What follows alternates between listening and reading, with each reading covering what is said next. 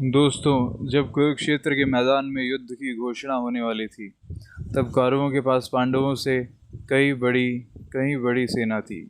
लेकिन फिर भी दुर्योधन के मन में एक गहरा डर था।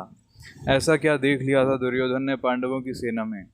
आज हम जानेंगे भगवत गीता के पहले अध्याय के चौथे श्लोक के बारे में, जहाँ दुर्योधन की घबराहट साफ दिखाई देती है। इस श्लोक में दुर्योधन अपने गुरु द्रोणाचार्य के पास जाता है और पांडवों के महायोद्धाओं की तरफ इशारा करते हुए कहता है, इस सेना में भीम और अर्जुन के समान युद्ध करने वाले कई वीर और महान धनुर्धारी हैं, जैसे कि युयुधान, राजा विराट और महारथी राजा द्रुपद।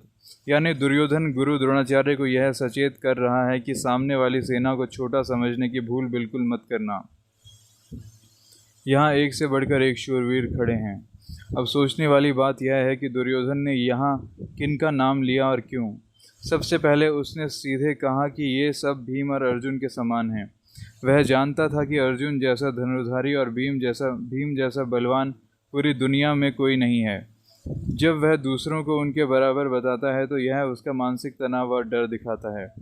फिर वह नाम लेता है युयुधान का, जिन्हें सात्विकी भी कहा जाता है। यह भगवान कृष्ण के बहुत करीबी और अर्जुन के प्रिय शिष्य थे।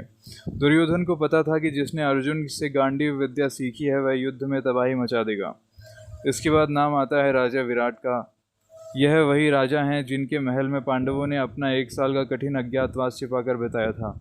विराट की सेना भी युद्ध कला में बेहद कुशल थी। और अंत में वह नाम लेता है महारथी राजा द्रुपद का। द्रुपद द्रौपदी के पिता थे। लेकिन सबसे बड़ी बात, द्रुपद और गुरु द्रोणाचार्य की पुरानी और गहरी दुश्मनी थी। दुर्योधन ने जानबूझकर द्रोणाचार्य के सामने द्रुपद का नाम लिया ताकि द्रोणाचार्य के मन में पुरानी आग भड़क उठे और वह पूरे गुस्से के साथ युद्ध लड़ें। यहाँ दुर्योधन का राजनीतिक दिमाग और चालाकी साफ दिखती है। इस श्लोक से हमें इंसान की साइकोलॉजी की एक बहुत बड़ी सीख मिलती है। दुर्योधन के पास 11 अक्षौहिणी सेना थी और पांडवों के पास सिर्फ 7। संख्या के मामले में दुर्योधन बहुत आगे था। लेकिन जब आपके अंदर अधर्म या अपराध बोध होता है तो आपकी ताकत कितनी भी बड़ी क्यों ना हो, सामने वाले की खूबी आपको डराने लगती है। दुर्योधन का अपनी सेना पर भरोसा कम और पांडवों के योद्धाओं का खौफ ज़्यादा दिख रहा था। तो दोस्तों, यह था गीता के चौथे श्लोक का असली मतलब। दुर्योधन इसके आगे गुरु द्रोणाचार्य से और कौन से योद्धाओं के नाम लेता है, यह हम जानेंगे अगले वीडियो में।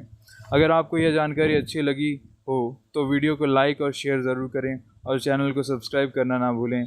कमेंट में जय श्री कृष्ण लिखकर अपनी हाजिरी ज़रूर दें। मिलते हैं अगले श्लोक के साथ। धन्यवाद।